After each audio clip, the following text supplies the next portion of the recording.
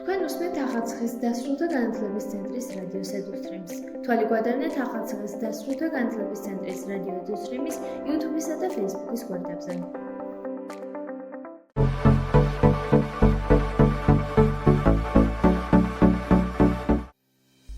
რუბრიკაში განათლების გზამკვლევი გაგაცნობთ ფორმალური და არაფორმალური განათლების შესაძლებლობებს.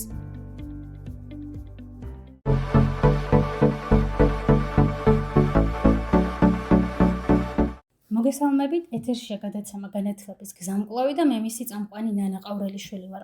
დღევანდელი ჩვენი გადაცემის სტუმარია ახალციხის დასრულთა განათლების ცენტრის ხელმძღვანელი თამარ კაპანაძე. დღეს ჩვენ ვისაუბრებთ ახალციხის დასრულთა განათლების ცენტრის დაარსების ისტორიაზე, მის მიზნებსა და ამოცანებზე, ასევე იმ პროგრამებზე და სერვისებზე, რომელსაც სთავაზობს სამცხე-ჯავახეთის რეგიონს. მოგესალმებით, ქალბატონო თამარ და მადლობა, რომ ხართ ჩვენი გადაცემის სტუმარი. მოგესალმებით, დიდი მადლობა, რომ მომიწვევთ და დაინტერესდით ამ თემით.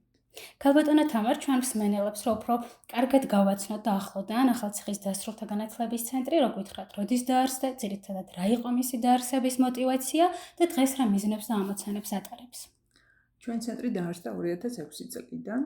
მისი დამფუძნებელია დივირი საერთაშორისო, ეს არის სახალხო უნივერსიტეტების გერმანული საერთაშორისო ასოციაცია, რომელიც ასევეა დამფუძნებელი დანარჩენი 14-ის დასრულთა განათლების ცენტრის, რომელიც საქართველოში ფუნქციონირებს. ჩვენი ცენტრი იყო პირველი სამხრეთ კავკასიაში, მაგრამ მას მერე იმის გამო, რომ უფრო აქტუალური ვნახეთ, რომ ეს თემა არის ძალიან მნიშვნელოვანი, გაიზარდა ჩვენნაირი ორგანიზაციები და დღეს ეს ორგანიზაციები არიან ქსელის წევრი, ეს არის დასრულთა განათლების ასოციაცია, ცენტრების ასოციაცია და ჩვენ ყველა ერთად ვახორციელებთ მსგავს პროექტებს და გვაქვს საერთო მიზნები. უფრო კონკრეტულად რო გითხრათ, რა არის ეს მიზანი? ამოცანა, რასაც რეგიონში ახორციელებს ახალციხის დასრულთა განათლების ცენტრი და ასე ვთქვათ, მის უნიკალურ ნიშას ტოვებს რეგიონში. პირველ რიგში ჩვენი ცენტრის მიზანია ხელი შეუწყოთ რეგიონის განვითარებას, სოციალურ-ეკონომიკურ განვითარებას, საგანმანათლებლო შესაძლებლობების შეთავაზებით. უფრო კონკრეტულად ჩვენ ვფიქრობთ, რომ პოპულარიზაცია გავუწიოთ მთელი სიცოცხლის მანძილზე სწავლების კონცეფციას, რომელიც რას ნიშნავს, ნებისმიერ ასაკში ადამიანს შეუძლია მიიღოს განათლება, განვითარდეს, თუ რამე უნარია გასავითარებელი, ხელახლა გაიაროს ტრენინგი, ისწავლოს და ასე შემდეგ. ანუ ჩვენ ვამბობთ, რომ სიცოცხლის ბოლომდე შეგიძლია სწავლა გვიანი არასდროს არ არის. ჩვენი სერვისები არის არაფორმალური განათლების სერვისი. გვაქვს სხვადასხვა კურსები, ტრენინგები, საჯარო შეხვედრები, პროგრამები, რითაც ვეხმარებთ ადამიანებს განვითარდნენ როგორც პიროვნულად, ისე პროფესიულად. ვახსენე, რა თქმა უნდა, ჩვენი დონორია და დღემდე მხარს გვიჭერს ეს ორგანიზაცია, ანუ ეს არის უწყვეტი ერთგული დონორი, რომელიც ავითარებს ამ ჩვენერ ცენტრებს საქართველოში უკვე 2000 ჩვენ ცენტრი პირველია, როგორც თქვი, 2006-დან, მაგრამ თვითონ ცოტა ადრე შემოვიდა საქართველოში და ეს ორგანიზაცია ჩვენ თბილისში არის არა მარტო საქართველოს, არამედ რეგიონული ცენტრი და ასევე ეხმარება სომხეთს, თურქეთს და აღმოსავლეთ ევროპას და რა არის იდეა. პირველ რიგში საქართველოში რატო დაარსდა და რა ნიშნით შეირჩა, თქო, ვახსენე ხო, 15 ცენტრი მუშაობს.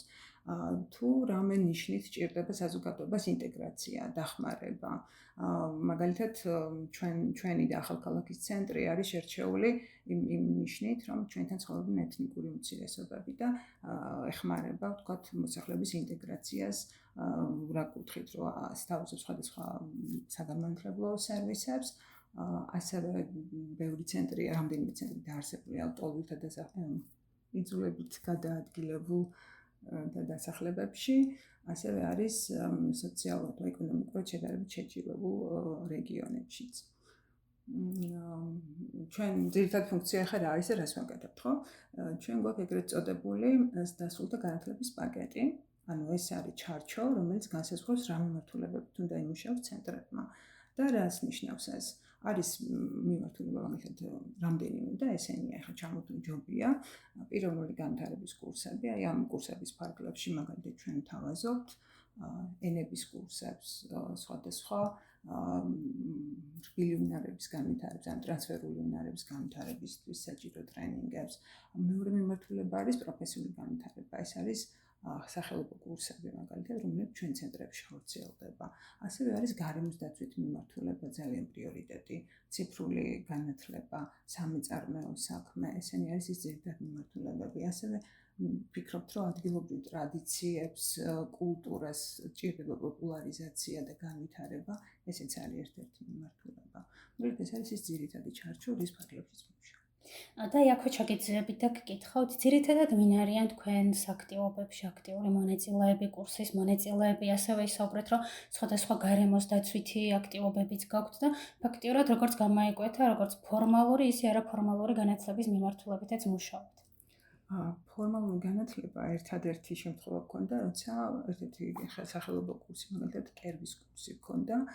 ფორმალური განათლება რას ნიშნავს, ხო? ჩვენ უნდა მოვერგოთ სახელმწიფოს მიერ შემუშავებულ სტანდარტს და გქონდა მოკლედ პროგრამა, რომელსაც სახელმწიფო პროგრამა მომზადების და გადამზადების კურსი და შემდეგ გავცემდით სახელმწიფოს მიერ აღიარებულ სერტიფიკატს. ეს პერიოდულად უნდა განვაახლოთ, მივიღოთ ხელახლა ნებართვა სახელმწიფოსგან, რომ შევძლოთ ამ კურსის განხორციელება. დანარჩენი პროგრამები არის არაფორმალური განათლების კურსები და ტრენინგები, ასე შემდეგ. და ამას სახელმწიფო აღიარება ან სერტიფიკატი არ მოყვება. თუმცა ჩვენ ასევე გავცემთ ამ სერტიფიკატს, რომ ნამდვილად დაასრულა კურსი ან რომელიმე ტრენინგი გაიარა, რაც ხშირად საჭიროა ხოლმე იმისთვის, რომ დაადასტურონ სადმე თავიანთი ცოდნა. ჩვენი კურსები, თქვათ, განსხვავდება სახელმწიფოს მიერ აღიარებული კურსებისგან რით. ჩვენ არ გვაქვს, მაგალითად, ეს არ არის პროგრამა, რომელიც აძლევს პროფესიას. მაგრამ ეს არის გარკვეული უნარების განვითარების კურსი. მაგალითად, ჩვენთან არის კერვის კურსი, ხო? კერავი კი არ გამოვა ჩვენთან. ანუ კონკრეტულად შეძლებს თქვა რაღაცის შეკერვას, რაც ჭირდება სახლში. წამოიწყოს თავისი ბიზნესი. მოკლედ აი ესეთია ჩვენი და ამიტომ არაფორმალური, რომ აუცილებელი არ არის, რომ სერტიფიკატი გაიცეს, არამედ რაღაცა უნარი განუვითარდეს, რაც რეალურად დაეხმარება მე ადამიანს თავის საქმიანობა უკეთესად შეასრულოს. ასევე გქონდა კულინარიის კურსი, ხო?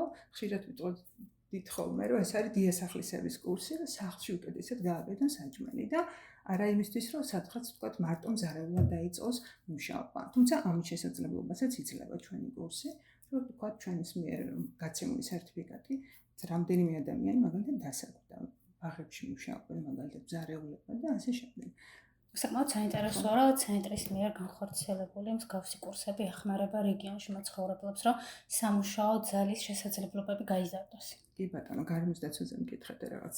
ხო, და ასაკობრივი მიმართულებითაც რომ უფრო მეტად გითხრათ, რა ასაკის ადამიანები არიან ძირითადად ცენტრში აქტიურად ჩართულები სხვადასხვა მიმართულებებში. მოკლედ სათაურშივე ჩანს, რომ დასრულთა განათლების ცენტრია და ეს ხო მოიცავს არასასკოლო ასაკს.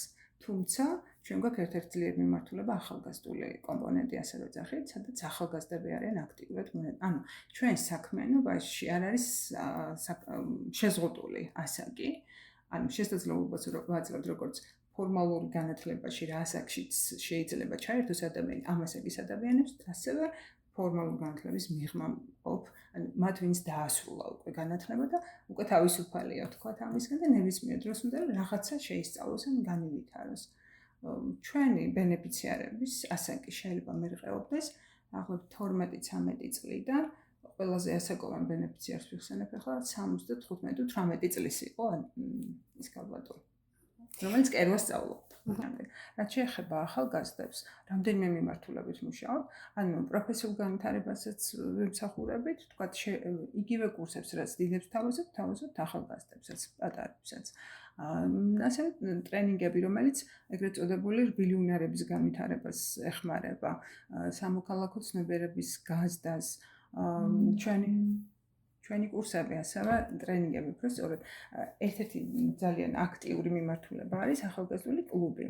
და ეს კლუბი ფუნქციონირებს, ჩვენი ცენტრი გახდა ძალიან ცნობილი ორგანიზაციის Umbrellas პარტნიორი და მათ დახმარებით სპეციალური პროგრამა შემოვიტანეთ, რომლის მიხედვითაც გარკვეულ ტრენინგებსა და პროგრამებს თავაზობთ ახალგაზრდებს და პლუს ამას ისეთი ახალგაზრდები, რომლებიც არიან აქტიურები, ამბრელას დახმარებით გაცვლით Erasmus+ პროგრამაში ვარ ჩართული და შეუძლიათ გაცვლით პროგრამებშიც მიიღონ მონაწილეობა. აი მაგალითისთვის გეტყვით, ჩვენგან რამდენიმე ახალგაზრდა წავიდა იტალიაში, ამ მოკლევადიან კურსებში და ვანაკებში მიიღო მონაწილეობა გაცვლით პროგრამებში, ასევე იყვნენ ხორვატიაში მიდის, რუმინეთში, მოკლედ ძალიან ისეთი მომხიბვლელია ხოლმე ახალგაზრდების შესაძლებლობა.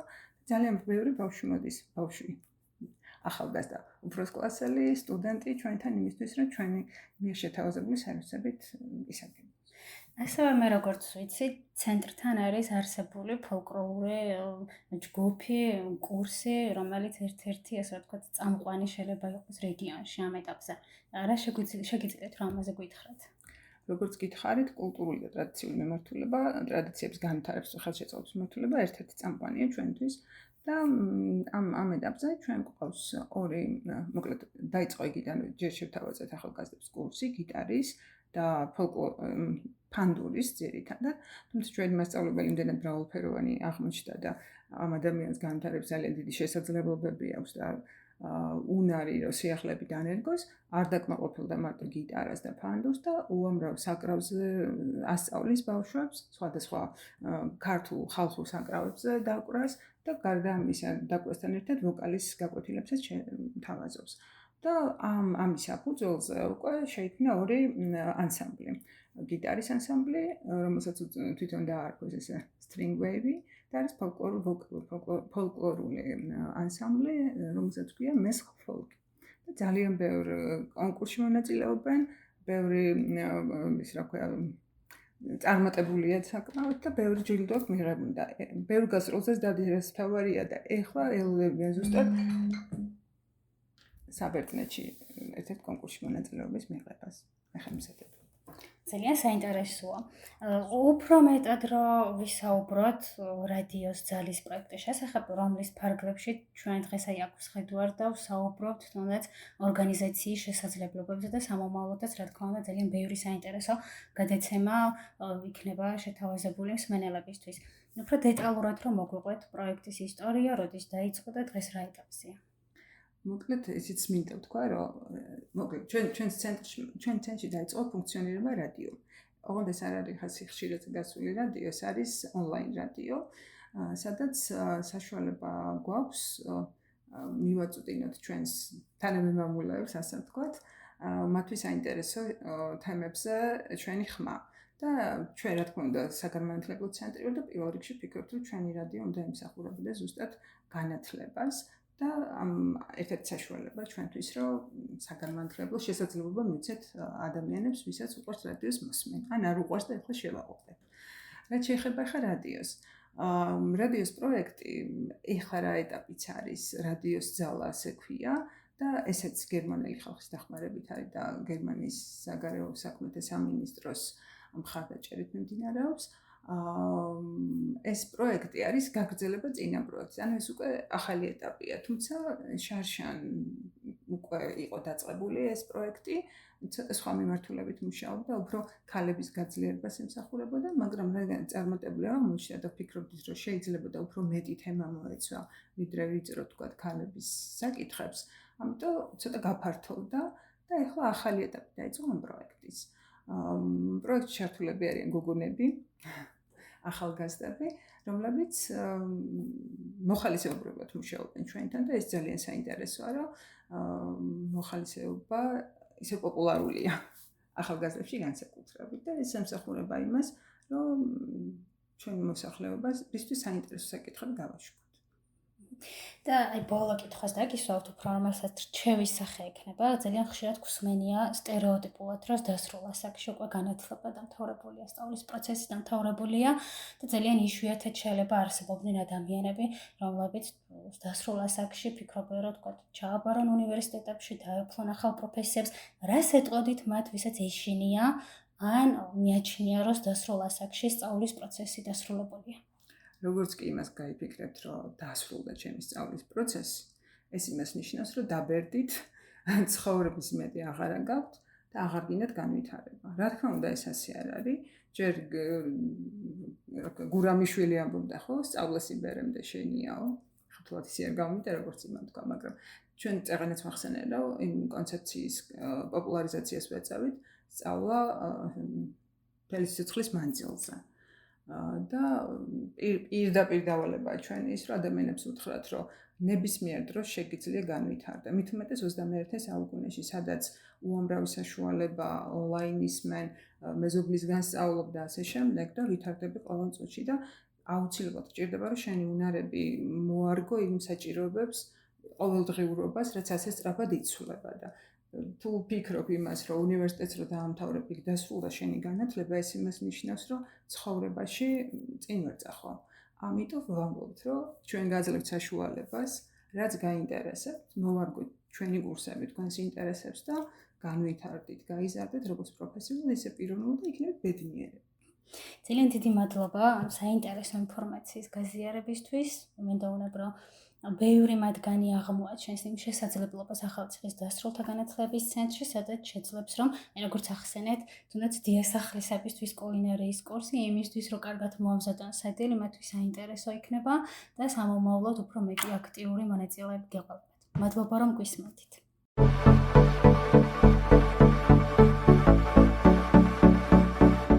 რუბრიკაში ჩემი საქმე ვსაუბრობ პროფესიებზე, პროფესიულ არჩევანზე, გამოცდილებებზე, წარმატებებზე და გამოწვევებზე.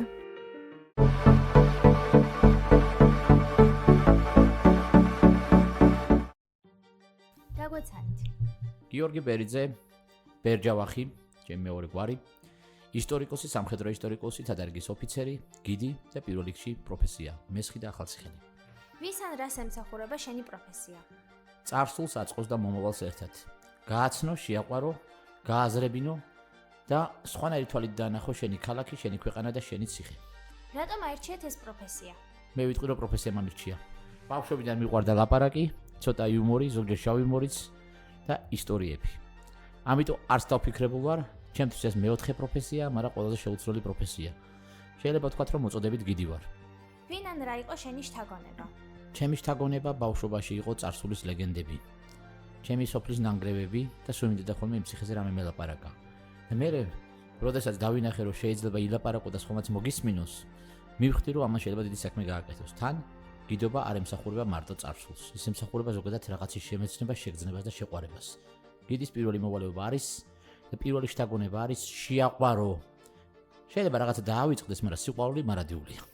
რისი ცოდნა გჭირდება ამ პროფესიაში? პირველ რიგში გჭირდება სიყვარულის ცოდნა. ეხლა შეიძლება ვიღაცამ გაიკვიროს სიყვარულის ცოდნა რა არის. ის რაც არ გიყვარს, იმას ვერასდროს ვერ ისწავლი. ან თუ ისწავლი, მალევე დაგავიწყდება. გჭირდება ისტორიის და სიყვარულის ცოდნა. პირველ რიგში სიყვარულის ცოდნა აუცილებელი. ისტორიას ბევრი ისწავლის, სიყვარულს ვერ ისწავლის, ის ან გაქვს, ან არა გაქვს. და რა იყო ყველაზე დიდი გამოწვევა შენ საქმიანობაში? როდესაც ჩემს დიდ კარიერაში, რომელიც უკვე 13 ოფიციალურ წელს იცვლის, ოფიციალურ თუ არაოფიციალურად უფრო დიდი ხნის გიდი ვარ, როდესაც რუსეთის სამხედრო კვლევის ცენტრიდან იყვნენ სტუმრები, რა თქმა უნდა, პოლიტიკა არაფერ შუაშია და მათთან მომიწია ჩემი დამტვრეული რუსულით დისკუსია. გამოწვევა ბევრი იყო, მაგრამ ეს ჩემი ცხოვრების ყველაზე დიდი გამოწვევა იყო, როდესაც მათთვის მთელი საქართველოს სამხედრო ისტორია უნდა მომეყოლა და პირველ რიგში უნდა დამენახა, რომ დიდ რუსეთზე დიდი სამხედრო ისტორია აქვს პატარა საქართველოს. რა არის შენი საქმიანობის უპირატესობები? ჩემი საქმიანობა არის ყველაზე დიდი საქმიანობა სამყაროში. ისტორიკოსმა შეიძლება დაწეროს, მაგრამ ის არავინ არ წაიკითხოს. არქეოლოგმა შეიძლება იკვლიოს, მაგრამ ის თაროზე დაიდოს. რეალობაში 5 აკადემიკოსზე დიდ საქმეს აკეთებენ გიდები. ანუ ჩვენი უპირველესი მოვალეობა არის მივიტანოთ ემოცია ხალხამდე. მას უნდა შეუქმნათ ისე ვთქვათ, დაუვიწყარი შთაბეჭდილება და არა დაუვიწყარი ცოდნა. წარმოიდგინე 5 წუთი გაქვს სამსახურში. რას გააკეთებ პირველ რიგში? 5 წუთში გამოვალ და ერთ კურიოს კიდე მოვასწრებ. უფრო რთულია დაწყება თუ შენარჩუნება? ზოგადად დაწყება, კარგი დასაწყისი არის საქმის ნახევარი. რაზეც ფუნდამენტი დგას, ის უფრო მყარია. მე რაღაც დააშენებ დასაწყისზე უკვე მეორე ხარისხოვანია თუ კარგ საძირკველს არ მისცემ. დაწყება, უპირველესად დაწყება. რა არის შენს პროფესიასთან დაკავშირებული სტერეოტიპები? სტერეოტიპები ზოგადად გიდებს არ აქვს. მაგრამ ჩემი აზრით გიდი ასოცირდება ადამიანთან დავამთავროთ ის ყალბის სტერეოტიპი, რომ გიდი უნდა იყოს შარვალ კოსტუმში ჩაცმული, ძალიან სიმპათიური, საუბრობდეს ბრტყელი ფრაზებით, თქვენობით. არა, დამთავრდა, ეს წარსულს უნდა ჩაბარდეს. გიდი უნდა იყოს უბრალო, უშუალო, მცოდნე თავის საქმის უზვარო მოყვარული და აუცილებლად იუმორის მქონე. მის გარეშე ჩვენი ისტორია მოსაბეზრებელი იქნება. კიდევ და კიდევ ვიმეორებ. კი არ უნდა ასწავლო, უნდა შეაყვარო.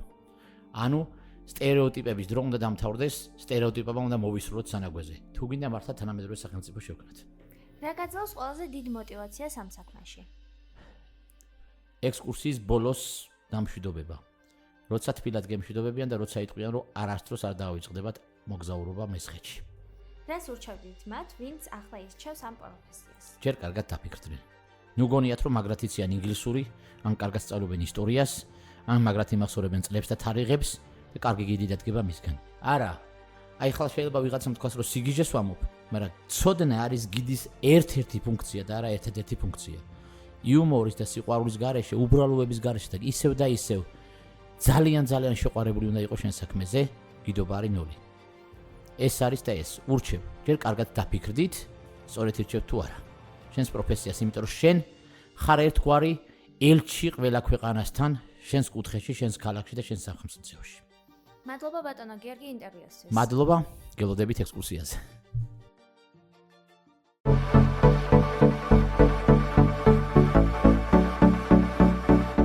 რუბრიკაში მწვანებს საუბრობთ ეკოლოგიაზე, მის გამოწვევებსა და გადაჭრის გზებზე.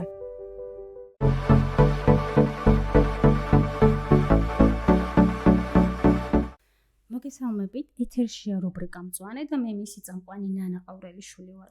დღევანდელი ჩვენი გადაცემის თემა დავარჩიე ფუტკარი, მისი მნიშვნელოვნება, როლი და გამოწვევები, რაც მას დღევანდელ გარემოში ხვდება. და რატომ ფუტკარი? იმიტომ ფუტკარი, რომ მეცნიერებმა დაამტკიცეს, რომ ყოველწლიურად მათი პოპულაციის რაოდენობა დედამიწაზე მცირდება და ამასთანავე ისიც მნიშვნელოვანი ფაქტია, რომ სწორედ ფუტკრები არიან მნიშვნელოვანი დამამტვერიანებლები ჩვენს გარემოში და სწორედ 80% დაახლოებით საკვების, როგორც არის ხილი, ბოსტნეულ და მარცვლეული, სწორედ მათ კისერზეა.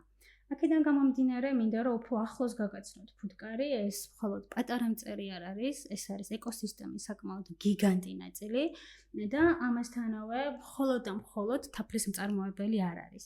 დაახლოებით 7 თუ 8 სახეობის პროდუქტი იწარმოება, რომელიც საკმაოდ სასარგებლოა ადამიანისთვის და ამასთანავე უკვე აღნიშნა, რომ სოფლის მეურნეობის დარგების მიმართულებით დაახლოებით საკვების 80%-ის დამტვერიანობა მათზეა დამოკიდებული. და რომ არა ფუტკარი რა მოხდებოდა? ის რომ მცენარები ვერ გამრავლდებოდნენ, ის რომ მოსავლიანობა დაიკლებდა. ამასთანავე მეცხოველეობის მიმართულებითაც საკვები ბალახების რაოდენობა შემცირდება. და აი ამ ნაწილში მინდა გავიხსენო ალბერტ აინშტაინის სიტყვები, რომ თუ ფუტკარი გაქრება, კაცობრიობას მხოლოდ 4 წელი დარჩება ცხოვრებისთვის. და ძირითადად რა გახდა წინაპირობა იმის, რომ დღესდღეობით ტენდენციურად იკლებს ფუტკრების რაოდენობა სამყაროში, ის რომ გაზრდილია სხვადასხვა ქიმიური საშუალებების და პესტიციდების გამოყენება. ის რომ კლიმატურმა ცვლილებებმა მათი ღალიანობის პერიოდი შეამცირა და შესაბამისად არამდგრადი ამინდებიდან გამომდინარე მინიმალურ საკვებ ბაზასაც ვერ იმარაგებენ.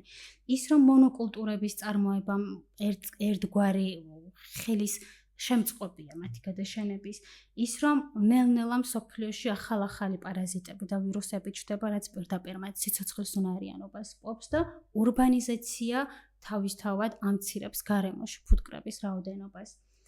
ფუტკარი არ არის მხოლოდ სასარგებლო მწერი, ის ეკოსისტემის ბალანსის ხელის შემწყობი არსებაა.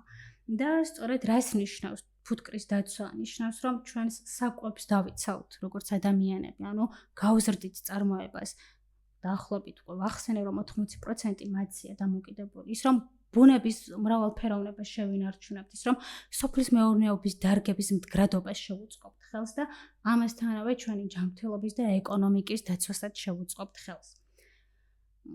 რა არის მთავარი იმისთვის, რომ ფუტკრის გადარჩენას შევუწყოთ ხელი? ალბათ პირველ რიგში ვიტყოდი, რომ ეს არის ცნობიერების ამაღლება საზოგადოებაში და სწორედ აი ამ ცნობიერების ამაღლების ფარგლებში ახალციხის დასრულთა განათლების ცენტრის, საქართველოს ბიზნესის განვითარების ცენტრი, კავკასიის ახალციხის ოფისისა და სამცხე-ჯავახეთის ფერმერთა ასოციაცია ერთობის მხარდაჭერით ჩატარდა საინფორმაციო შეხვედრა ახალგაზრდებთან, სადაც უფრო ახლოს გააცნო პრაქტიკოსმა მეფუტკრე ფუტკრის ბუნება, მნიშვნელოვნება, ამასთანავე რა პროდუქტები იწარმოება, სასწავლო ვიზიტის ფარგლებში უფრო ახლოს ანახა მე ფუტკრის ყოველდღიურობა და ფუტკრის ცხოვრების წესი და თავის მხრივ ახალგაზრდებმა იმისთვის რომ უფრო მეტად გაეზარდათ საკვები ბაზა ფუტკრებისთვის გარემოში დარგეს ასე ვთქვათ გაისროლეს უფრო სწორი იქნება თუ ვიტყვით მეგობარი ყვავილების თესლების ბომბები და სწორედ აი ერთ-ერთი კომპონენტი იმისთვის რომ ფუტკრების გადარჩენას შევუწყოთ ხელი ეს არის რომ ჩვენი შეძლების დაგვარად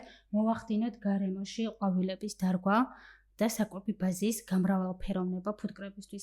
ამასთანავე მნიშვნელოვანია წყლის რესურსის მიწოდება მათთვის, ისევე როგორც ადამიანებისთვის არის მნიშვნელოვანი სუფთა წყალი, ფუტკრებისთვისაც მნიშვნელოვანია ყოველდღიურობაში და რაც მთავარია, ხელი უნდა შევუწყოთ, რომ ადგილობრივ მეფუტკრეებს ქონდეთ მეტი мотиваცია, რომ გაზარდონ საფუტკრე მეურნეობა, ჭირდება მათ აუცილებლად ჩვენი მხარდაჭერა იმისთვის, რომ მეტი мотиваცია ქონდეთ და ამასთანავე მნიშვნელოვანია, რომ რაც უფრო მეტ ადამიანს მივაწვდით მათ მნიშვნელოვნებაზე, მათ ფუნქციებზე, სხვადასხვა ტიპის აქტივობებით ინფორმაციას მით მეტად შევძლებთ, რომ ფუტკრების გადარჩენას შევუწყოთ ხელი. და ბოლოს, მინდა გითხრათ, რომ თუ გადავარჩენ ფუტკრებს, ჩათვალეთ, რომ ჩვენ ხელს ვუწყობთ ჩვენი პლანეტის და ჩვენი სიცოცხლის გადარჩენას. მადლობა, რომ გვისმენდით და შევხვდებით მომდევნო რუბრიკაში.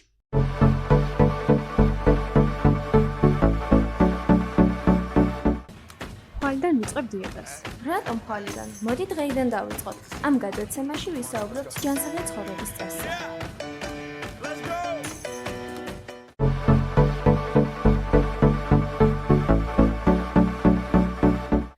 მოგესალმებით, ეთერშია რუბრიკა ხვალ ვიწყებ დიეტას და მე მისი წამყვანი ნანა ყავრელიშვილი ვარ.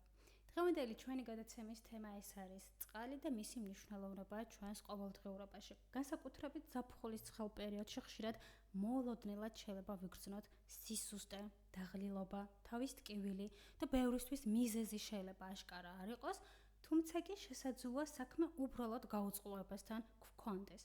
დღევანდელ რჩევაში ვსაუბრობთ, რატომ არის წყალი ზაფხულში ჩვენი მთავარი მოკავშირე. ალბათ იცით, რომ სიცხეს პერიოდში ადამიანის ორგანიზმი ოფლის სახით საკმაოდ ჭარბი რაოდენობის სითხეს გამოყოფს. ამიტომ წყლის მიღება მნიშვნელოვანია, რომ ორგანიზმმა მოახდინოს ტემპერატურული რეგულირება და ოფლის სახით მოახდინოს ადამიანის ორგანიზმის გაგრილება.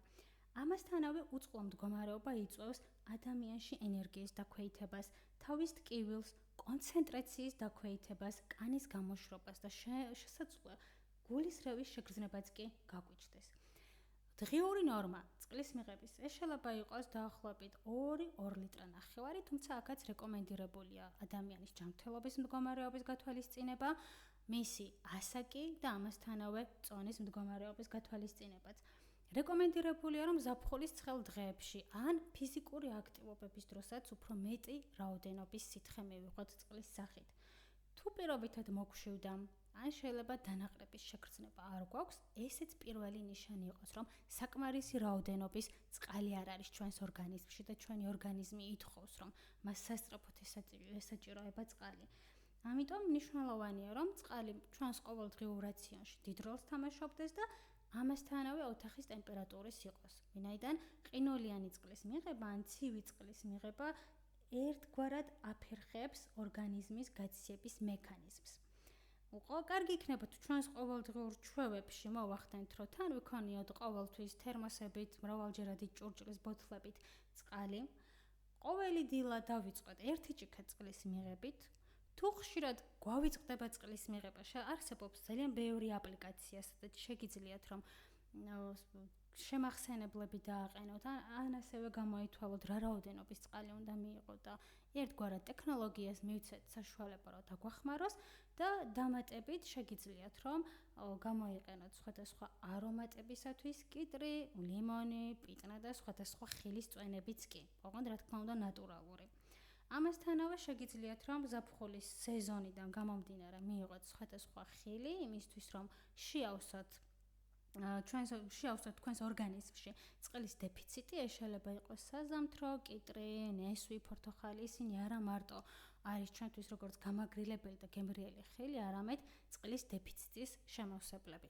რეკომენდაცია ზაფხულის პერიოდში მოერიდეთ ალკოჰოლის ჭარბმიღებას, ასევე კოფეინის მიღებას, მარილიანი საკვების მიღებას, გაზიანი სასმელების მიღებას.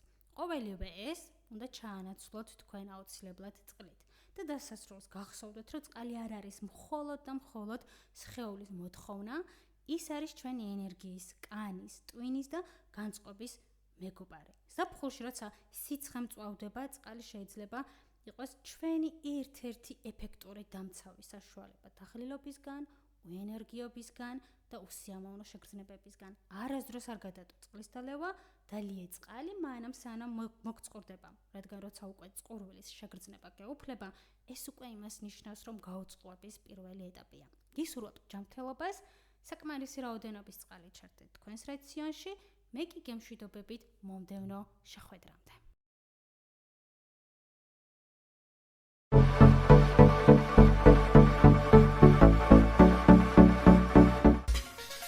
გადაცემა მომზადებულია ახალციხის ზრდასრულთა განათლების ცენტრის მიერ, პროექტის რადიოს ძალის ფარგლებში. რადიო ფუნქციონირებს გერმანიის საგარეო საქმეთა სამინისტროსა და ლიბიის საერთაშორისო მხარდაჭერით.